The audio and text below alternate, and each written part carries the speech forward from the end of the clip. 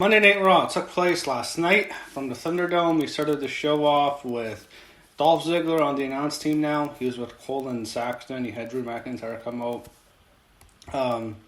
They go for a very long time about the recap what happened with Randy Orton.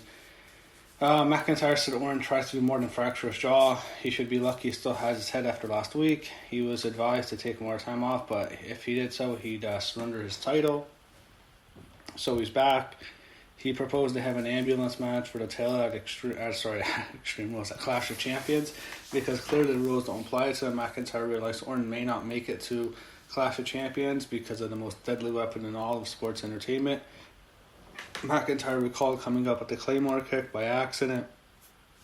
This is alright. They had Adam Pearce come out, and they basically even has his own graphic now.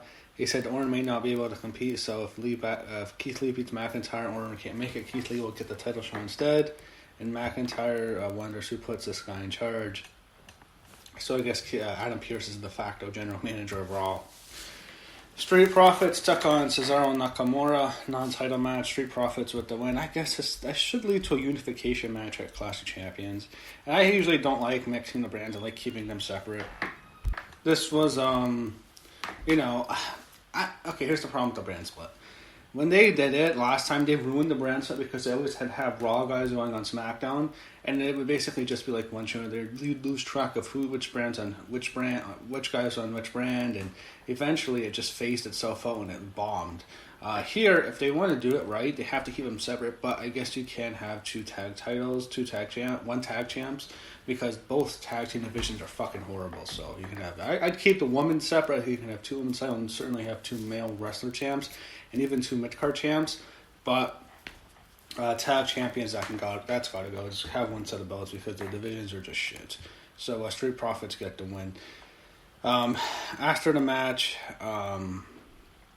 they celebrate with the win. They go backstage, show Lana speaking to Angel Garza, and she thought it was crazy Mickie James is getting a title shot, and it should be Natalya instead, and Garza's flirting with her, and Zelina Vega comes in, and Lana leaves, so Zelina Vega is very jealous. I guess she was like of Angel Garza.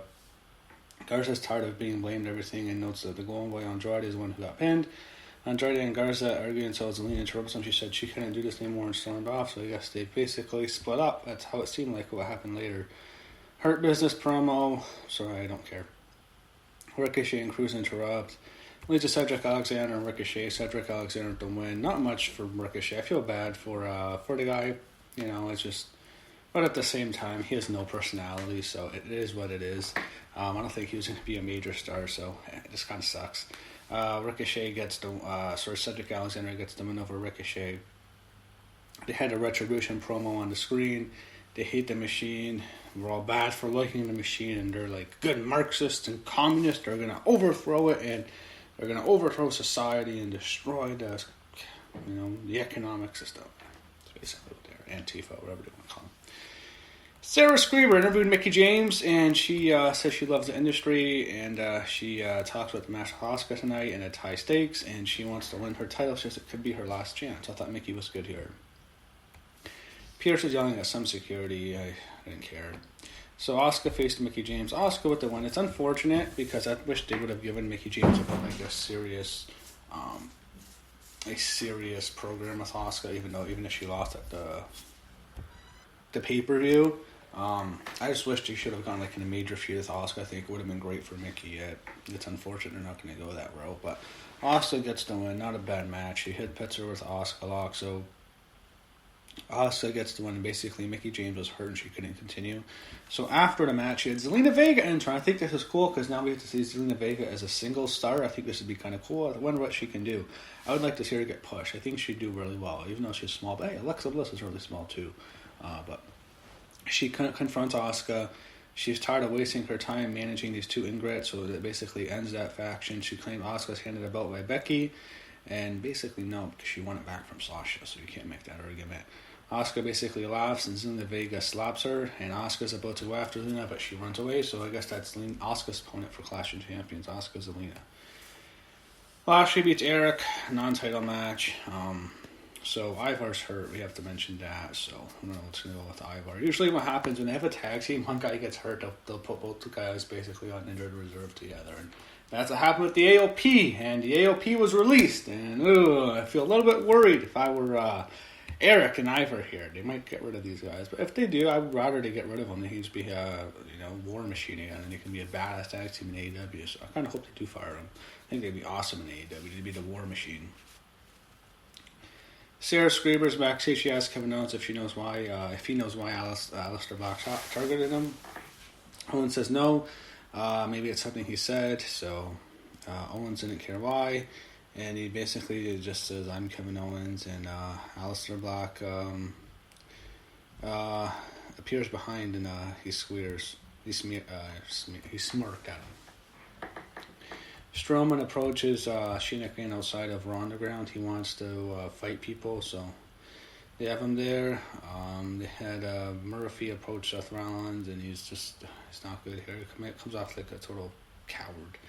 Not good for him. I guess they could do something where he turns on. Maybe that's a WrestleMania match, Rollins and Murphy. That's all I can think of.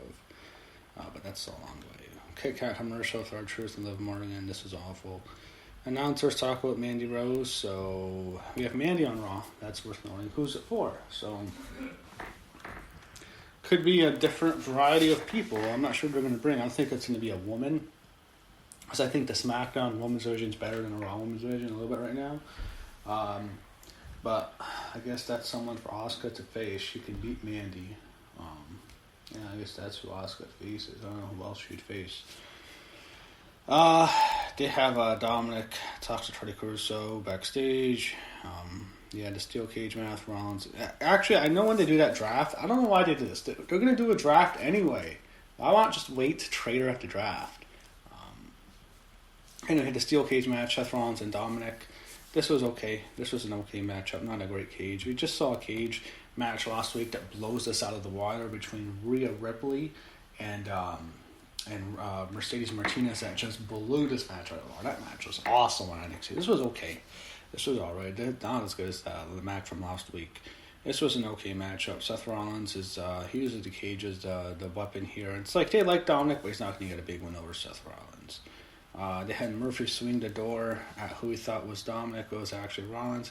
Murphy tries climbing outside of the cage, but Dominik knocks him off. He gives Rollins a frog splash for a 2. It was a close near fall. Dominik tried crawling out, but Rollins caught him and hit a big superplex Falcon Arrow for a near fall. Dominik tried a school away. Rollins kicked him out when he hit him with consecutive curb stops. He gets the win. Good matchup here, not great.